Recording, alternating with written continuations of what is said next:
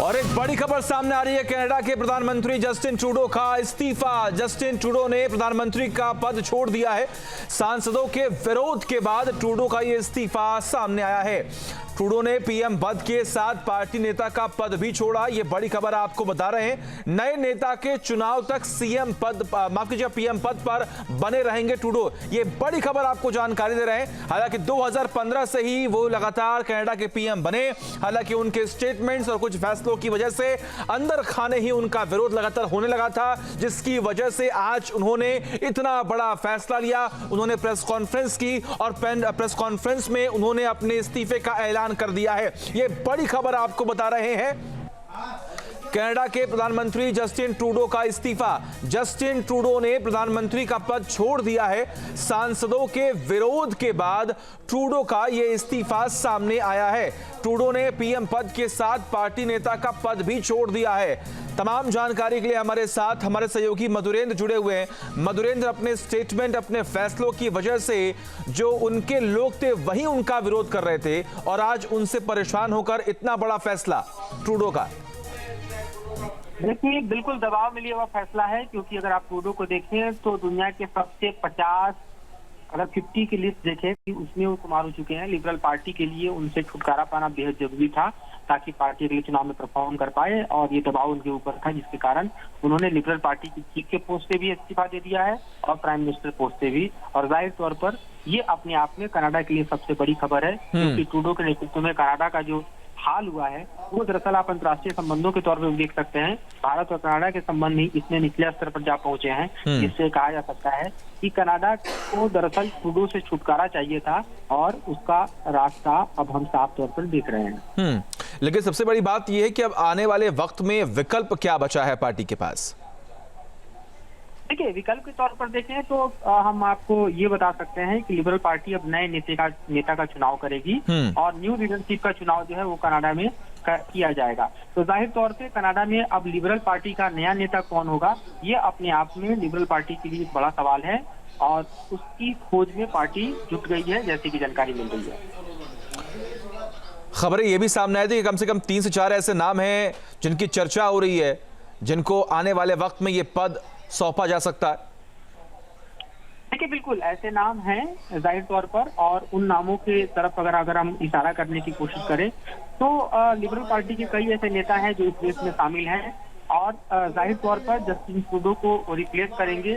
तो ऐसे में ये लिबरल पार्टी को दरअसल अपने अंदर एक प्रोसेस को अपनाना होगा कि who will be leader, next leader of Canada, क्योंकि उसके लिए पार्टी के अंदर वोटिंग होगी और फिर पार्टी के जो वोटिंग का प्रोसेस है उसमें से निकल कर आएगा जो नाम, उसी को दरअसल अब नया नेता लिबरल पार्टी का ही माना जाएगा और जाहिर तौर पे वही कनाडा का अगला प्रधानमंत्री भी होगा।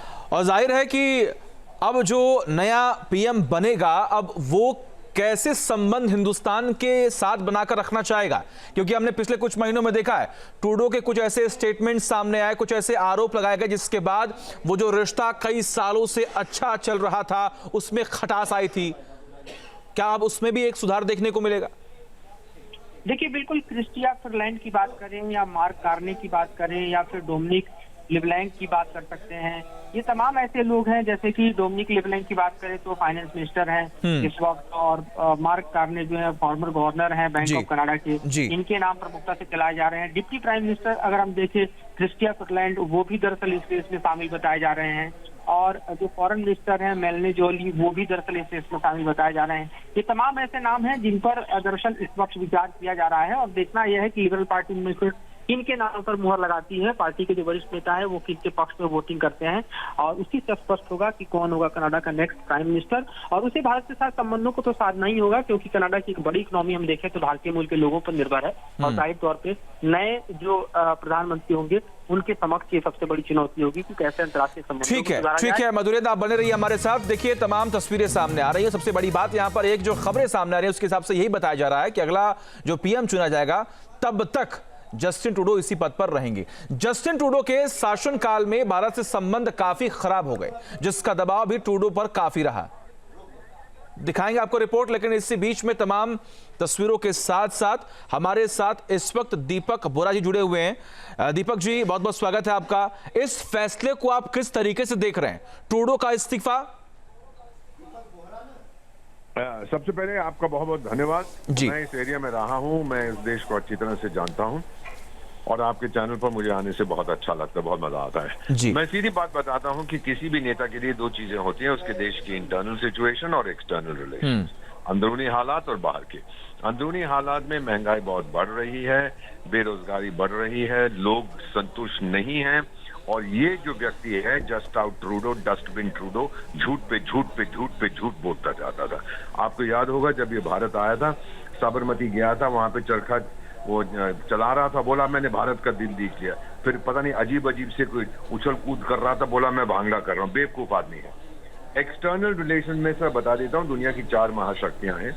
इसने डोनाल्ड ट्रंप का मजाक किया था 2019 में लंदन में। डोनाल्ड ट्रंप बुरा नहीं है, उसने मजाक वापस किया ट्रूडो का। दूसरा, चीन के राष्ट्रपति ने इसको सरेआम बाली G20 में पब्लिक में झाड़ लगाई थी। तीसरा, रूस के साथ पंगा लिया, किस बात के लिए? इस ट्रूडो को तो पता भी नहीं था यूक्रेन कहां पे है, लेकिन बस अमेरिका की चमचगिरी करने में फंस गया। चौथा, भारत के साथ, सबके साथ इसने अपने संबंध खराब कर लिए हैं। आज कनाडा की छवि अगर आप मेजर करेंगे, स्केल 1 सबसे लो है और 10 सबसे हाई है, उसकी -1 पे पहुंचा दी है। तो इसको जाना था, ये गया है। अब कनाडा हल्के हल्के अपने आप को रीबिल्ड करेगा। सर, द्विपक्षीय संबंध बनाना बहुत कठिन होता है। मैं तो 6 देशों में राजदूत रहा हूं, तोड़ने में 10 मिनट लगते हैं। इसने बर्बाद कर दिया है और मैं ये कह रहा हूं, अंग्रेजी की कहावत, गुड रिडन्स टू बैड रबिश। लेकिन अभी भी ये कोशिश करेगा कि मैं तब तक बना रहा हूं, तब तक बना रहा हूं, ये करता रहा हूं, वो करता रहा हूं। ये आदमी ऐसा है कि कनाडा के लिए ये शाप रहा है ये आदमी। और अब कनाडा के लोगों को, जिनको मैं जानता हूं, मेरे बहुत से दोस्त हैं सर, मैं उस देश को पसंद करता हूं, बड़े अच्छे लोग हैं, बड़े दिल वाले हैं। अब वो मुझे कह रहे हैं, बहुत से फोन आए कि अम्बेसडर साहब शुक्र है कि ये गया, अब हम अपने देश को वापस लेंगे। ठीक है दीपक जी, माफ कीजिएगा मैं आपको रोक रहा हूं, बहुत बहुत शुक्रिया। आप जुड़े हमारे साथ और हमसे बातचीत की आपने। सबसे बड़ी बात है कि इस फैसले के बाद अब क्या होगा, सबकी नजरें इस बात पर टिकी हुई हैं। लेकिन आखिर ट्रूडो ने यह फैसला क्यों लिया, एक रिपोर्ट आपको दिखाते हैं। It is obvious that the government of India made a fundamental error. Bharat से पंगा ट्रूडो को महंगा। Engage in supporting criminal activity.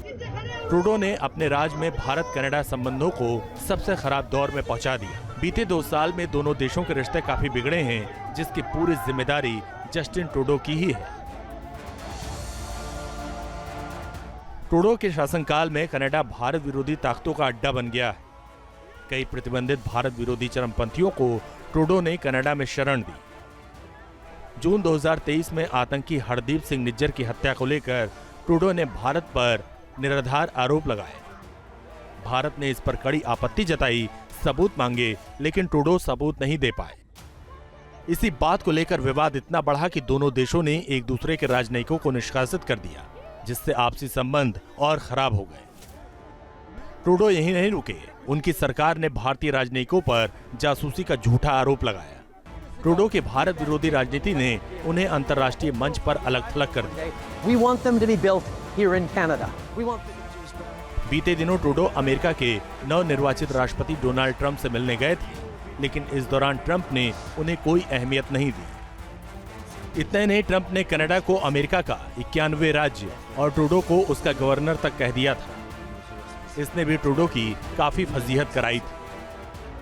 Trudeau के लिए चारों तरफ से संकट बढ़ा, लेकिन जानकारों के मुताबिक सबसे ज्यादा मुसीबत उनका भारत विरोधी एजेंडा ही रहा। मतलब साफ है कि भारत से पंगा लेना जस्टिन ट्रूडो को काफी महंगा पड़ा। जस्टिन ट्रूडो ने अपने लिए मुसीबतों के बीज खुद ही बोए, जिसकी फसल उन्हें काटनी पड़ रही है। टीम न्यूज़ नेशन अब व्हाट्सएप पर खबरों के ताजा अपडेट के लिए न्यूज़ नेशन के इस QR कोड को स्कैन करें।